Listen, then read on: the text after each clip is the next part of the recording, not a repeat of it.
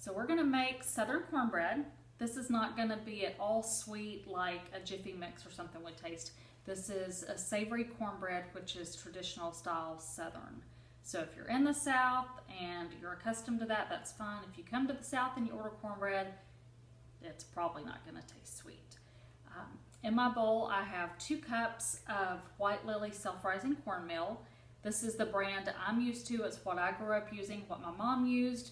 If you use a different brand, you're gonna get different consistencies, different textures, and you'll have to make adjustments to your ingredients just to kind of make up for that, mostly with the liquid ingredients. So it does make a difference. You wanna make sure that that you know that going in. If you want to practice first with White Lily and then switch back to your regular brand, that's fine too, just until you get the hang of it so you know what it's supposed to look like and what it's supposed to feel like as you're stirring it.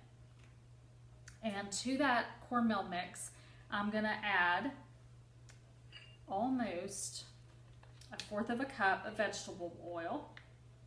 The only real ingredient that matters as far as brand is going to be the cornmeal mix. Other than that, I just use whatever I have or whatever I got at the store.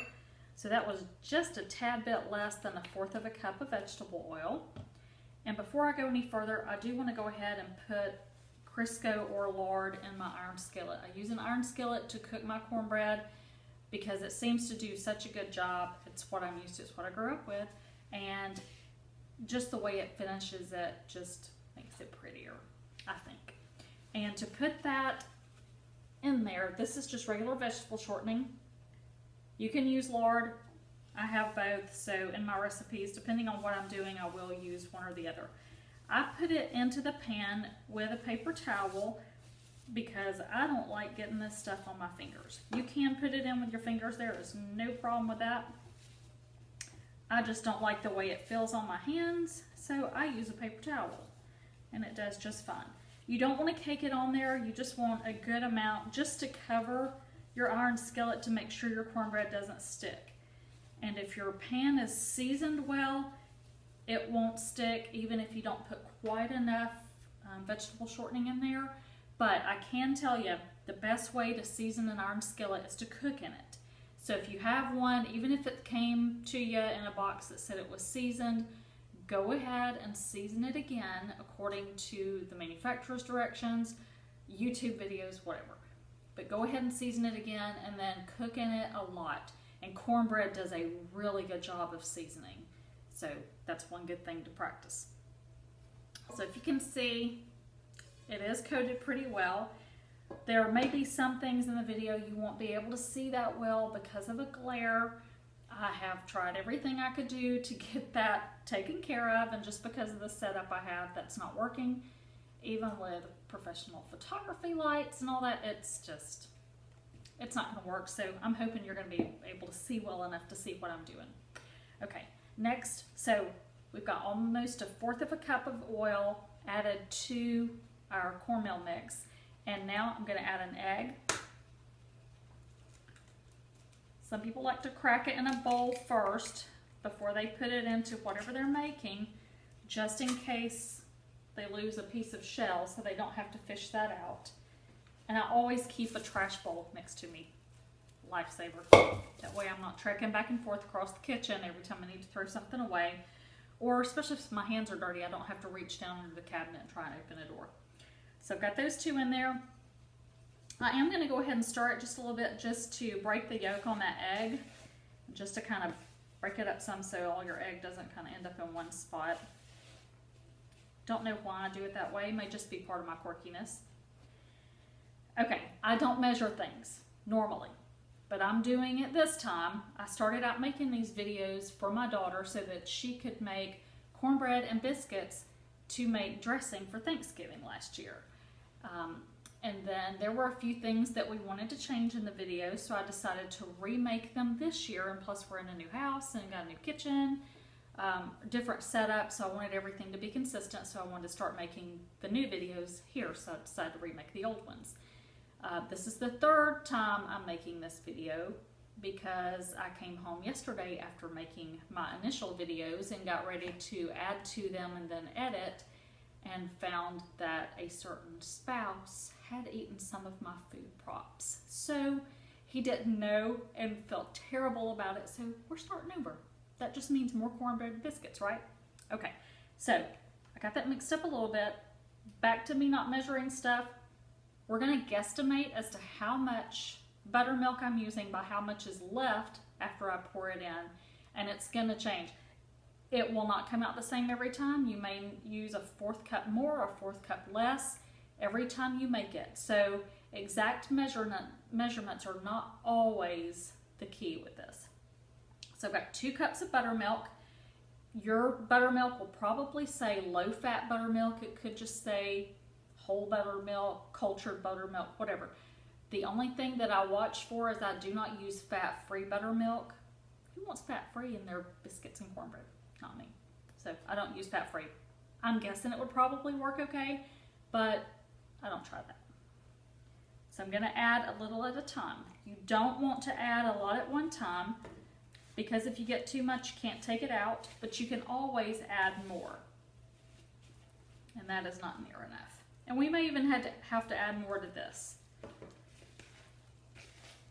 I don't want it to be soupy when I'm done, but I do want it to be, I would say, thinner than cake batter would be if you're baking a cake. So I'll add a little bit more at a time. And once you get it closer to the consistency you want to watch exactly how much you're adding each time and just add just a tiny, tiny bit at a time.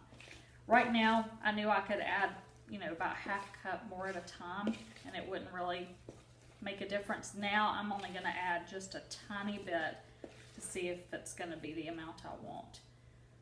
And it looks like we're going to end up using about 1.5 cups of buttermilk. Now the buttermilk is going to be a lot thicker than whole milk, 2% or skim milk. So it's not, even if you put too much buttermilk, it's not going to be super runny like it would be with whole milk. If in a pinch, you can use whole milk in this. There are probably people who use skim milk. My mom adds just a little bit of water to hers, and I don't know why, I didn't ask her why, but with hers, it seems to be less crumbly, and the consistency is just a tad different. So, and we use the same brand of things. So I'm thinking that it may be the water that adds something different to hers. If you know her, you can ask her when you see her. Tell her you saw me on TV. Okay. My oven is heated to 450 degrees. And this is going to cook, cornbread's going to take anywhere from 15 to 20 minutes to cook. And you just need to remember that however brown, and let me let you see the consistency on this. See, this is pretty thick. I mean, it's not thin by any means. And if this doesn't turn out super pretty, it's okay because it's going to go in dressing for Thanksgiving.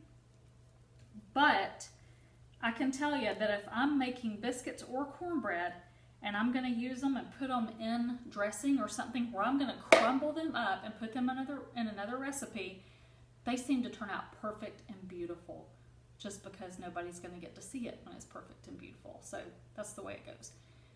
I'm going to put this in the oven for 15 to 20 minutes and then get right back to you and let you see what it looks like. So the cornbread is all done and nice and golden brown on the top. That's actually the bottom, but it's the top for us right now. Just know that when you're looking at it to see if it's done, it will not be as done in the pan along the bottom of the pan as it is on top. So you want this to get really brown because it's going to be a little lighter on the other side. And I do flip this out onto a plate, so we'll do that right now. I'll go ahead and do that. Put one out for you. Just be careful with these pans because they stay hot for a really long time after you've cooked with them and taken them out of the oven. And just show you what this looks like if I could do it without dropping it. So, isn't that pretty? But look for another video for making homemade dressing, and Gonna do that probably tomorrow. Get that edited, get it posted so that you can see how to do that using the biscuits and the cornbread that we made today. Enjoy!